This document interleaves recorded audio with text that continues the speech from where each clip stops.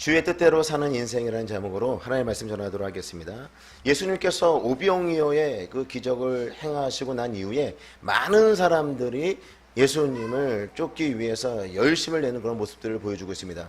어떻게 하든지 예수님을 만나면 예수님께서 우리에게 또 먹을 것을 주시겠지, 우리 육체의 필요를 채워줄 것을 기대하면서 열심히 예수님을 쫓아다니는 그 무리들의 모습을 보여주셨죠.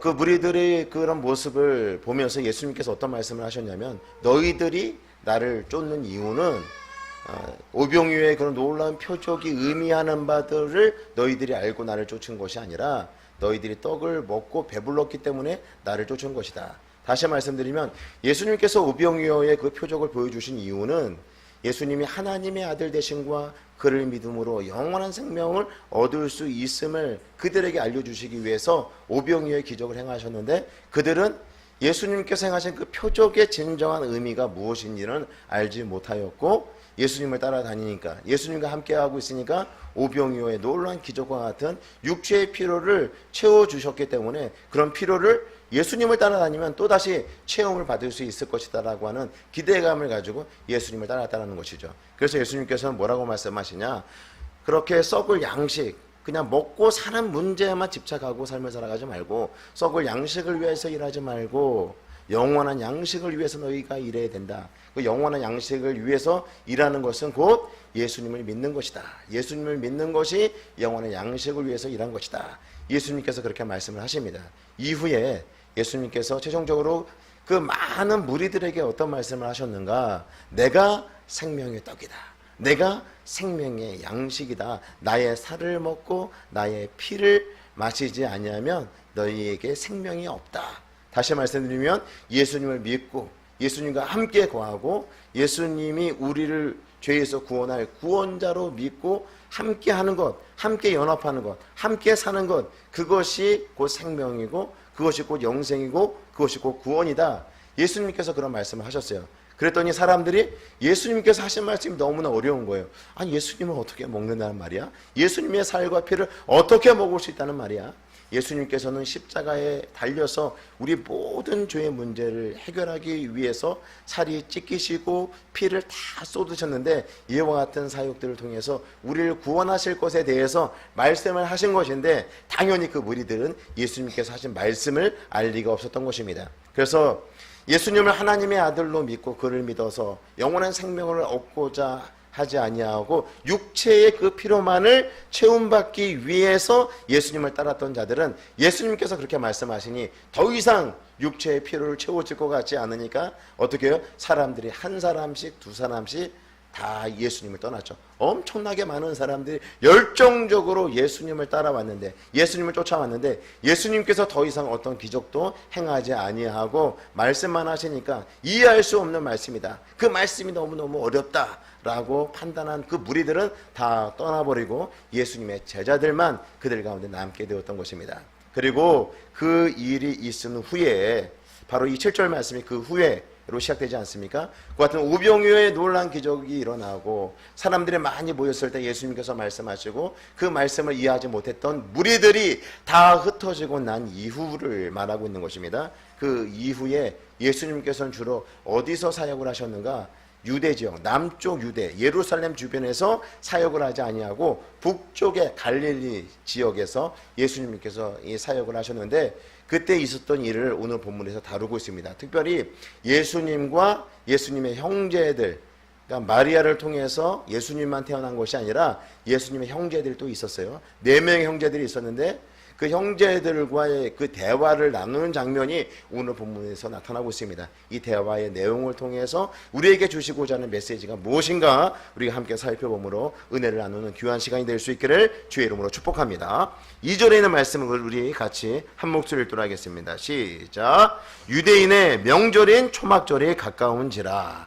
초막절이 가까울 때 일어난 일들을 다루고 있습니다. 초막절이라고 하는 이 명절이 가까웠을 때에 어떤 일들이 일어나게 되는가? 그 배경은요, 이 7장 전체 8장까지 연결되어져 있습니다. 먼저 이 초막절이라고 하는 절기가 어떤 절기인가를 먼저 살펴보게 되면, 이 초막절은요, 유대 3대 명절 가운데 하나였습니다. 유대에는 3개의 큰 명절이 있었는데 첫 번째는 유월절, 두 번째는 맥추절, 세 번째는 이 초막절이었는데 이 세 명절은 이스라엘 백성들의 남자들은 반드시 하나님께로 나와야만 했어요. 예루살렘으로 올라가서 하나님을 반드시 봐야만, 하나님께로 나아가야만 하는 그 명절이었던 것이죠. 그러니까 이 초막절이라고 하는 이 명절은 대단히 큰 명절이죠. 유대 3대 명절 중에 하나로서 반드시 이스라엘 남자들은 하나님께로 나와야 되는 그 명절이었기 때문에 이 명절이 되었을 때 예루살렘은 사람들로 아주 굉장히 많은 그런 사람들, 인파로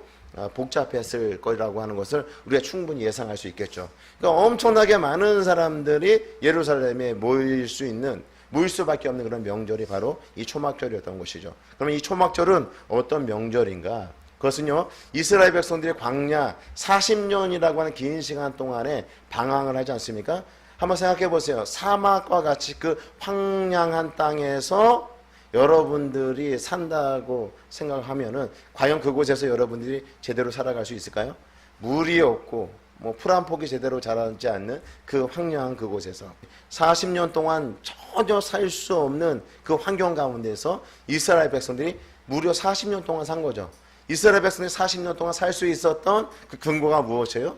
우리 하나님께서 만나를 주시고 또 우리 하나님께서 불과 구름 기둥으로 그들을 인도하시고, 그리고 때에 따라서는 반석에서 목이 마를 때 물을 내셔서 물로 먹이시고, 의복이 헤어지지 않게 하시고 신발이 닳지 않도록 만들어 주시고, 때론 그 사막에서 그 대적들이 공격해 올 때, 아말렉이라고 하는 그 대적들이 올 때는 그들과의 그 전쟁에서 하나님께서 승리를 하도록 만들어 주신 것이죠. 그래서 이스라엘 백성들은 이 40년 동안 하나님께서 어떻게 이스라엘 백성들을 인도하셨는가를 잊지 않고 기억하도록 하기 위해서 이 초막절이라고 하는 절기를 지키게 하신 것이에요. 그래서 이스라엘 백성들은 이 초막절 절기가 되면 유대력으로 7월 15일이 이 초막절을 시작하는 날인데, 일주일 동안 초막을 짓고 이스라엘 백성들이 광야에서 텐트를 치고 살았던 것처럼 그 텐트를 짓고 그 안에서 실제로 이스라엘 백성들이 40년 동안 광야 생활을 했던 것을 경험하도록 했던 것이죠.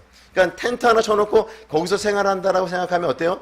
사는 게 쉽지 않잖아요. 화장실도 가는 것도 불편할 것이고 또 먹는 것도 불편할 것이고 여러 가지가 불편할 것인데, 그런데 그 이스라엘 백성들이 무려 40년 동안 자기 조상들이, 자기 선조들이 광야에서 그렇게 살았다라고 한다면 거기서 무엇을 생각했겠어요? 야, 우리 하나님 그곳에서 이스라엘 백성들, 자기 그 선조들을 광야에서 살게 하셨구나. 우리 하나님이 그런 분이시구나.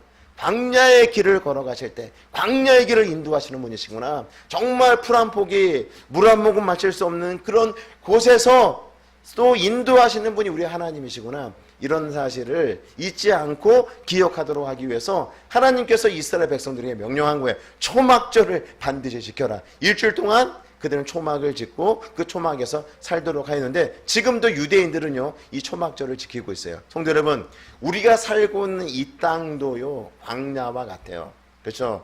죽음의 위협이 우리에게 늘 있는 것은 아니지만 늘 죽음, 또 두려움, 공포, 이러다 죽는 것은 아닐까, 이러다가 무슨 사고가 나는 것은 아닐까, 늘 그런 생각에 가득 사로잡혀서 우리가 삶을 살아가고 있는, 마치 광야와 같은 삶을 살아가고 있다라고도 우리가 말씀드릴 수 있는 거죠. 그런데 이스라엘 백성들이 이 40년 동안 광야에서 우리 하나님께서 인도하신 것을 기억하면서 이 초막절 절기를 지키면서 그들이 깨달은 것이 무엇이에요? 아, 우리 하나님께서 우리의 삶을 인도하시는구나. 내가 내 삶을 인도해가는 것이 아니라 우리 하나님께서 나를 보호하시는구나. 우리 하나님께서 내 길을 인도하시는구나. 우리 하나님께서 나와 동행하시는구나. 광야와 같은 인생길, 나 혼자 살면 어때요? 나 혼자 이 길을 헤쳐간다라고 생각하면 너무나 두렵죠. 너무나 막막해요. 미래에 대해서. 여러분, 하나님을 개입시키지 아니하고 여러분 스스로가 내 인생의 미래를 한번 계획해 보세요. 난 무엇을 할 수 있을까? 난 뭘 잘할까? 내가 할 수 있는 것이 무엇일까? 자괴감에 빠질 수밖에 없죠. 현대사회를 살아가면서 더욱더 그럴 수밖에 없어요. 그러나 우리 하나님께서 우리와 동행하시고 우리 하나님께서 우리와 함께 하심을 믿는 그 믿음을 가지고 삶을 살아가시는 광야와 같은 인생길에서 여러분들 혼자 내버려 두지 아니하고 우리 하나님께서 함께 하신다라고 하는 이 약속의 말씀을 견고히 붙잡고 우리 주님과 동행하는 복된 삶을 살아가시는 저와 성도 여러분 모두가 되시기를 주의 이름으로 축복합니다.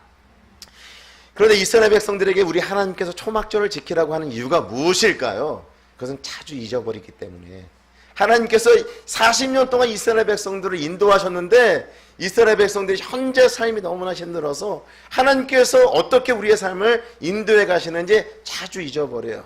망각하기 때문에 하나님께서 초막절이라고 한 절기를 만들어 놓으시고 7일 동안 초막을 짓고 그 절기를 지키라고 말씀하신 것입니다. 우리도 마찬가지죠. 이 땅에 살아가면서 하나님의 백성들이 하나님의 은혜를 잃어버리고 삶을 살아갈 수 있기에 우리 하나님께서 이렇게 주일마다 모여서 하나님을 예배하며 우리에게 놀라운 구원의 은혜를 베풀어 주신 하나님을 기억하며 또 하나님께서 주시는 은혜를 우리가 받아 누리며 우리 주님과 동행하도록 사는 이 복된 삶을 살도록 하기 위해서 주일마다 모여서 하나님을 예배하라고 말씀하시는 것이죠. 성도 여러분, 주일마다 모여서 살아계신 하나님을 예배하고 살아계신 그 하나님의 음성을 듣고 그 말씀을 붙잡고 삶의 현장에 나가서도 주와 동행하는 주님께서 나와 함께 하심을 경험하며 복된 삶을 살아가시는 저와 성도 여러분 모두가 되시기를 주의 이름으로 축복합니다. 예수님을 처음 믿었을 때 그리고 우리가 신앙생활 하면서 하나님께서 우리에게 주시는 은혜가 굉장하잖아요. 많이 있는데 직접적으로 하나님께서 여러분들에게 주신 은혜가 어떤 것이 있습니까? 적어보라고 하면 잘 적지 못해요. 그냥 하나님의 은혜가 분명히 내 삶 가운데 있었고 하나님 주신 은혜가 분명히 내 인생 가운데 있었지만 그것을 말로 해보려고 하면은 잘 하지 못하는 경우들이 많아요. 그리고 그 감격스러운 그 순간들을 그 다 살려서 그때 그 감격을 유지하면서 말하는 것이 쉽지 않다라는 것이에요. 그래서 우리 성도 여러분들에게 제안합니다.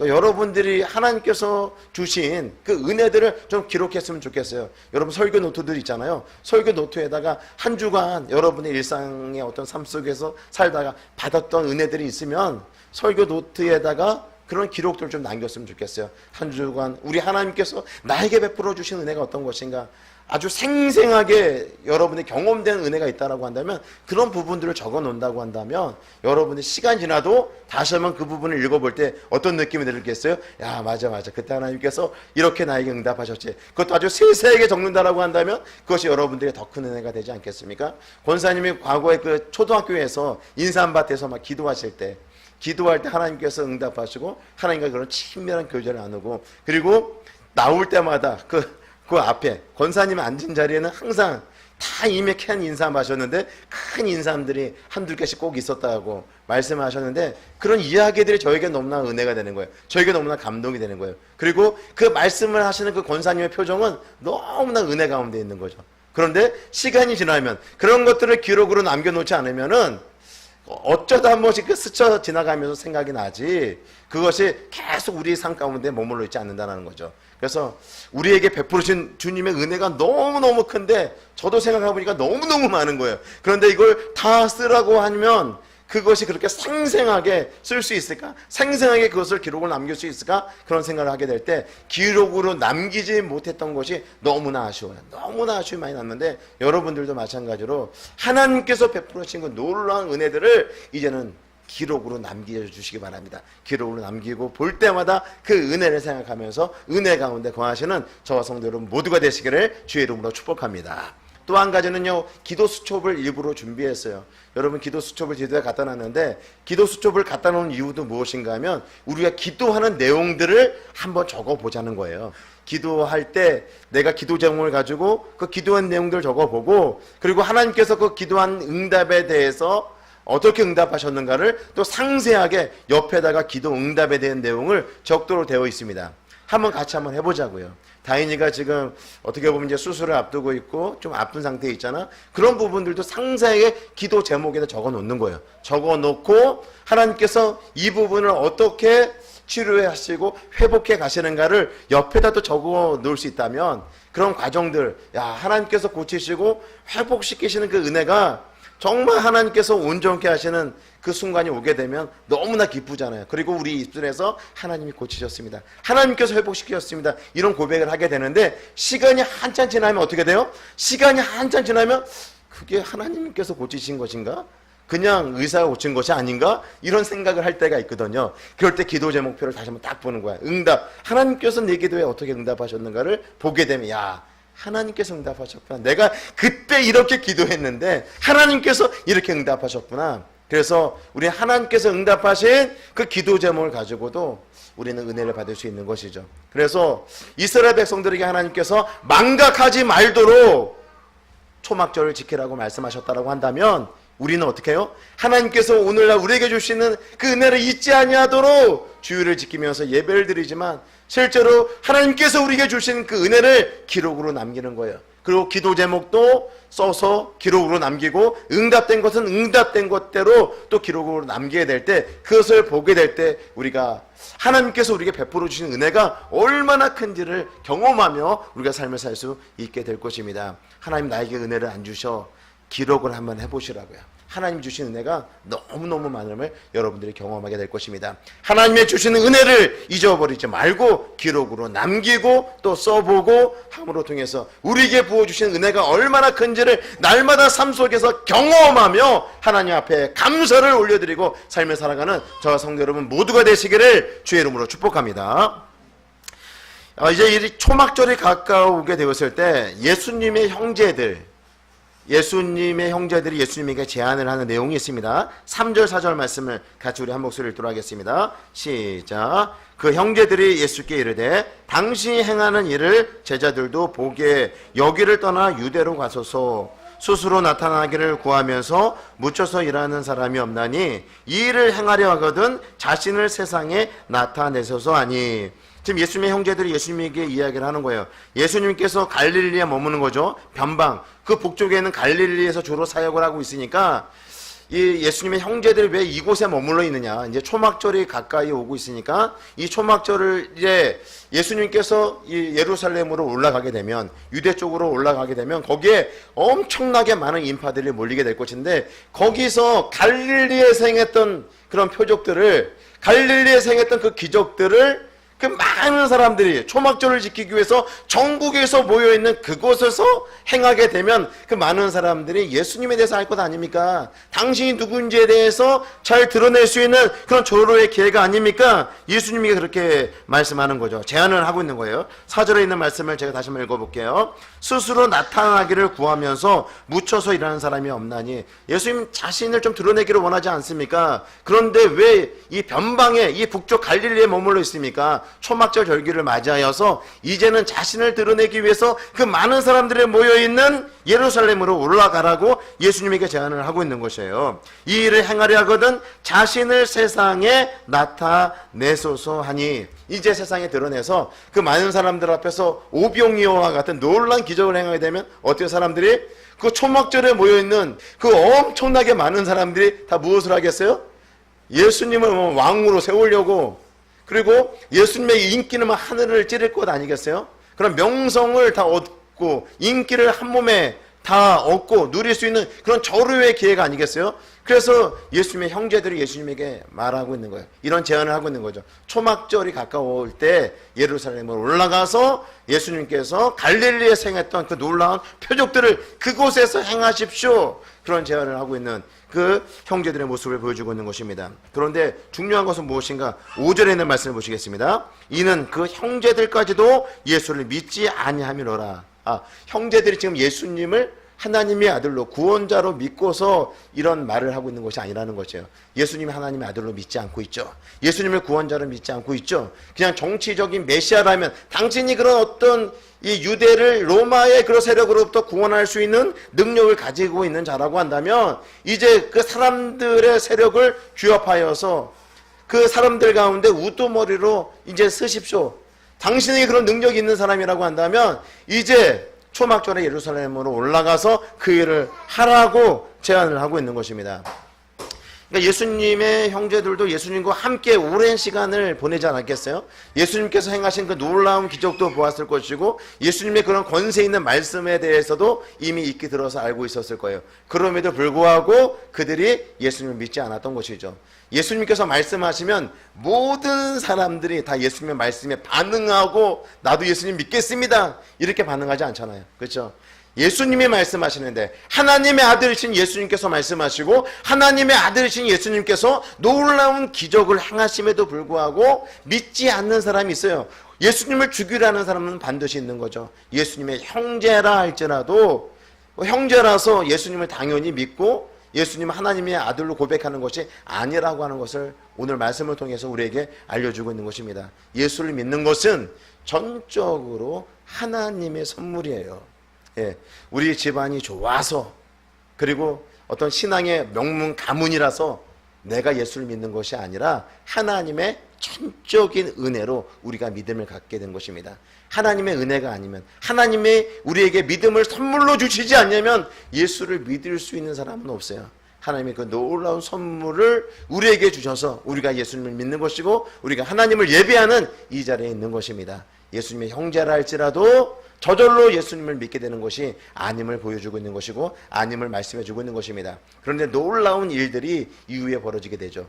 예수님께서 십자가에 달려 죽으시고 다시금 부활하시고 난 이후에 예수님의 그 형제들 가운데 대표적인 사람이 바로 야고보였는데, 이 야고보는 베드로와 함께 예루살렘 교회의 기둥과 같은 그런 존재가 되었습니다. 그 이후에 부활하신 예수님을 만나고 난 이후에 야고보의 삶은 완전히 달라지고, 그리고 성경에 보게 되면 야고보서가 있잖아요. 그 야고보서를 기록하기까지 하였습니다.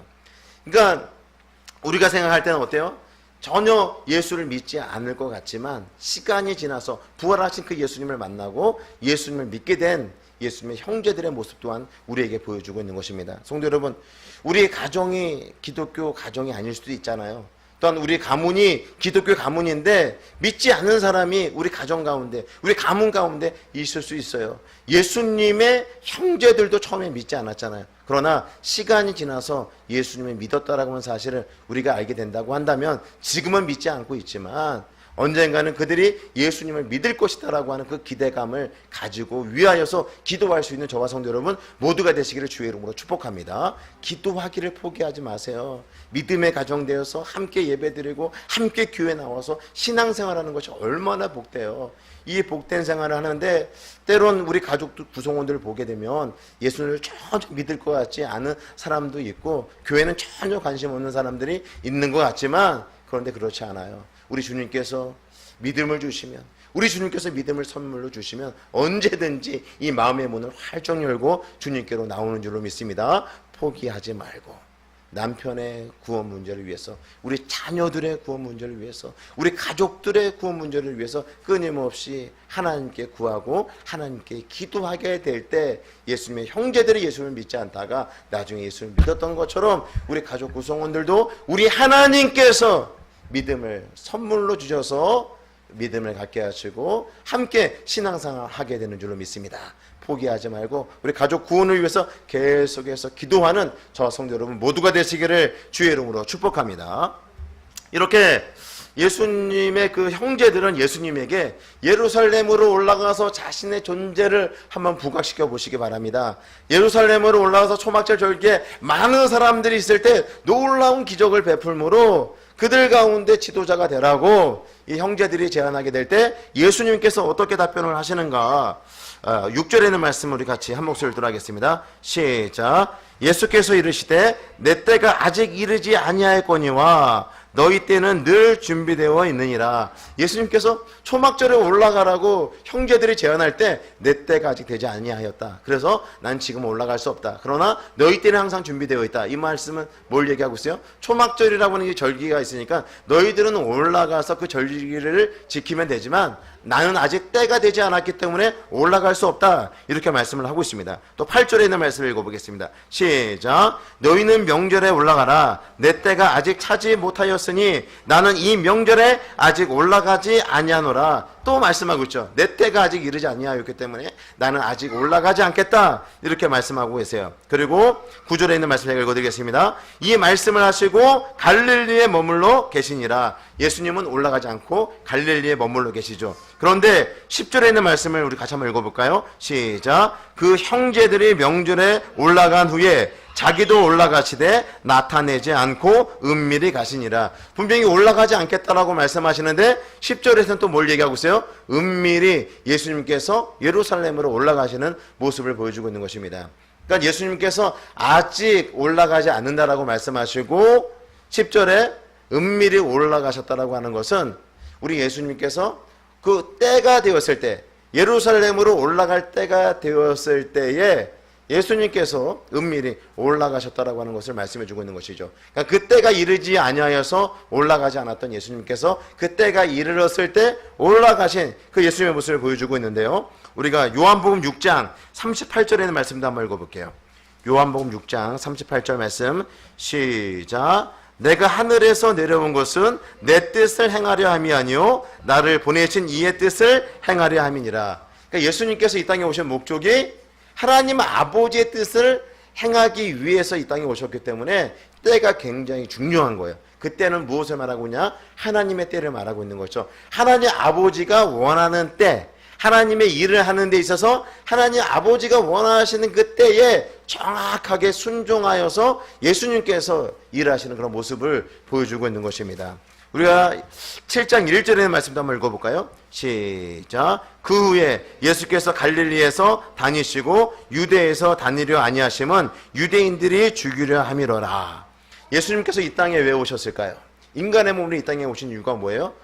죽으려고 오신 거잖아요. 십자가에서 우리 모든 죄의 문제를 청산하고 해결하고 우리를 하나님의 귀한 자녀가 되도록 하기 위해서 십자가에 달려 죽기 위해서 이 땅에 오신 분이 바로 예수님이시죠. 그러면 예수님께서 유대로 올라가시면 그 유대에 있는 사람들이 예수님을 잡아서 죽이게 되면은 그것이 성취되는 것이 아니겠습니까? 죽으러 이 땅에, 그러니까 예수님께서 이 땅에 오신 목적이 우리의 모든 죄의 문제를 해결하기 위해서 십자가에 달려 죽으러 오셨는데 예수님께서 죽는 자리에 가지 아니하시고 오히려 이 갈릴리 북쪽에 머물러 있었다라고 하는 이 내용을 보게 되면 마치 예수님께서 죽음을 두려워해서 피한 것처럼 보이지만 실제는 그렇지 않죠. 하나님의 때를 기다리고 있는 거예요. 하나님의 때. 십자가를 지셔야 되는 그 하나님의 때가 이르지 아니하였기 때문에 분명히 유대인들에게 잡혀서 예수님께서 그 로마 법정으로 넘겨지게 되고 빌라도의 그 판결에 의해서 십자가에 달리는 건 맞지만 지금 유대인들에게 붙잡혀서 죽는 때가 아니기 때문에 예수님께서 의도적으로 갈릴리로 내려오셔서 그곳에서 예수님께서 사역을 하셨다라고 하는 것을 말씀해 주고 있는 것이죠. 이 말씀을 통해서 우리에게 알려주고 있는 것은 우리 주님은 철저하게 누구의 음성을 듣고 누구의 뜻을 따라서 누구의 그 계획에 의해서 일을 하신 분이었는가를 보게 되면 철저하게 하나님 아버지죠. 철저하게 하나님 아버지의 말씀과 하나님 아버지의 뜻과 하나님 아버지의 계획에 의하여서 하나님이 그 정하신 때에 따라서 일하시고 움직이시는 예수님의 모습을 보여주고 있는 것이에요. 저와 성도 여러분들은 어떻게 삶을 살아가고 있습니까? 하나님의 뜻에 따라서 하나님의 말씀을 따라서 하나님의 계획에 의하여서 우리가 삶을 살아가고 있는가? 아니면 그냥 내 욕심을 따라서 내 생각대로 내 마음대로 우리가 삶을 살아가고 있는가를 한번 점검해 봤으면 좋겠어요. 예수님은요 어때요? 그래 철저하게 하나님의 말씀에 순종하여서 내딛는 발걸음이었는데 그 마지막은 뭐예요? 십자가에서 죽는 거죠. 십자가에 죽는 예수님의 삶이 예수님께서 그 마지막 순간에 내가 후회스러운 삶을 살았다. 내가 지금까지 잘못 살았다. 내가 이들을 위해서 얼마나 열심히 사역을 하며 병도 고쳐주고 죽은 자도 살려주고 그들 안에 있는 그런 마음의 그런 상처들 또 귀신 들린 자들에게는 그 귀신도 내쫓아주면서 또 말씀의 권세 있는 말씀으로 얼마나 그 백성들을 잘 살펴주었는데 결국 내 마지막에 십자가의 죽음이라고 예수님께서 그 십자가에 달려 돌아가실 때 후회를 하셨을까요? 절대 후회하지 않았죠. 그 마지막 말씀이 뭐예요? 다 이루었다.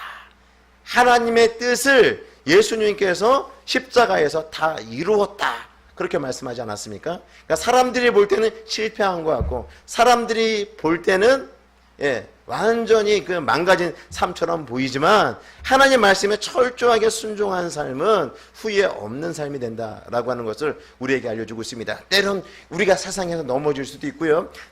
세상에서 실수할 수도 있고요. 환난이 올 수도 있고 우리에게 고난이 찾아올 수도 있지만 매 순간순간 하나님께 묻고 하나님께 순종하는 그 삶이었다고 한다면 내 삶이 고단하다고 해서 내 삶이 힘들다고 해서 우리가 후회하지 않는다는 것이에요. 오히려 내 마음대로 내 욕심대로 삶을 살아가면서 세상에서 성공하고 출세한다 하더라도 그것이 우리에게 불안함으로 그리고 우리의 삶에 그런 두려움으로 작용할 수 있고요.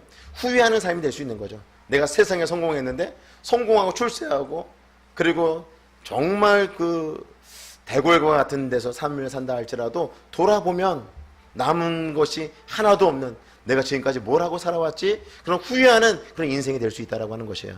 철저하게 하나님 말씀에 순종하고 하나님께 묻고 하나님의 뜻을 구하는 그런 삶을 살아갈 때만 비로소 우리가 후회 없는 그런 삶을 살아갈 수 있는 것이에요. 다른 사람들과 비교해서 내가 조금 못한 삶을 살아가더라도 결코 그것으로 후회하지 않는다는 것입니다. 늘 하나님의 뜻을 묻고 하나님의 뜻에 순종하고 하나님의 계획대로 하나님께서 기뻐하시는 삶을 살아가는 저와 성도 여러분 모두가 되시기를 주의 이름으로 축복합니다. 이를 위해서 우리가 해야 될 것이 무엇일까요? 늘 묻는 거예요. 늘 하나님께 묻는 기도를 통해서 하나님께서 기뻐하시는 삶을 살아가시기 바랍니다. 늘 하나님의 말씀을 가까이 하는 거예요. 하나님의 말씀을 묵상함으로 정말 하나님께서 기뻐하시는 것이 무엇일까? 하나님께서 원하시는 것이 무엇일까를 여러분들이 진지하게 고민하면서 하나님께 물으면서 삶을 결정하고 그렇게 삶을 살아가게 될 때 후회 없는 하나님께서 기뻐하시는 복된 삶이 되는 줄로 믿습니다. 하나님의 말씀에 순종하고 하나님의 때에 하나님의 계획대로 삶을 살아가시는 저와 성도 여러분 모두가 되시기를 주의 이름으로 축복합니다. 이제 말씀을 마무리하도록 하겠습니다. 성도 여러분, 우리는 너무나 하나님께서 베풀어 주시는 은혜가 많은데 잊어버리기 너무 쉬워요. 너무나 많이 잊고 살아요. 하나님은 나에게만 은혜 주시지 않는다라고 우리가 생각하며 삶을 살아갈 수가 있어요. 여러분, 오늘부터 하나님이 주신 은혜, 그날 주신 은혜가 있으면 그걸 반드시 기록으로 남겨주시기 바랍니다. 그리고 저 뒤에 있는 기도 수첩을 꼭 가져가셔서 한꺼번에 많은 기도 제목을 적지 마세요. 지금 다인이 같은 경우는 지금 수술을 앞두고 있다면 지금 아파하고 있는 어디가 아픈지, 그리고 이것 때문에 내가 드는 염려가 무엇인지 이런 기도 제목을 좀 적으면서 그리고 하나님께서 응답하신 내용들을 적어봤으면 좋겠어요. 그럴 때 그것이 쌓이면 하나님께서 이 광야와 같은 삶을 살아갈 때 나에게 주신 은혜가 얼마나 큰지를 여러분들이 경험하며 삶을 살아갈 수 있게 될 것입니다. 망각하지 않도록 기록으로 이제부터 남기는 그런 삶을 살아가시기 바랍니다. 또 한 가지는요, 우리 주변에 아직 믿지 않는 사람들이 있는데 예수님의 형제들도 믿지 않았어요. 처음에는. 근데 하나님이 은혜 주시면 됩니다. 하나님의 믿음을 선물로 주시면 우리 가족 구성원들이 다 예수님을 믿을 거예요. 그런 믿음의 확신을 가지고 우리 가족 구성원들의 구원을 위해서 이제 포기하지 말고 더 간절히 하나님 앞에 기도하시는 저와 성도 여러분 되시기를 바랍니다. 또 한 가지는 늘 말씀을 가까이 하고 기도함으로 정말 하나님께서 기뻐하시는 결정을 함으로 후회 없는 삶이 되었으면 좋겠습니다. 여러분들이 결정하고 여러분들이 판단해서 욕심을 따라 여러분의 삶을 살아가게 될 때 반드시 후회하는 삶이 될 거예요. 그런데 하나님께 묻고 늘 말씀을 가까이 하는 그런 삶을 살아갈 때 내 삶의 형편이 뭐 그렇게 화려하지 않다 하더라도 후회 없는 삶이 될 것입니다. 늘 하나님께 묻고 하나님께 기도하며 결정하는 나의 삶이 될 수 있도록 해달라고, 그래서 후회 없는 우리 주님과 동행하는 복된 삶이 될 수 있도록 해달라고 하나님 앞에 간절히 기도하는 그런 시간들이 될 수 있기를 주의 이름으로 축복합니다.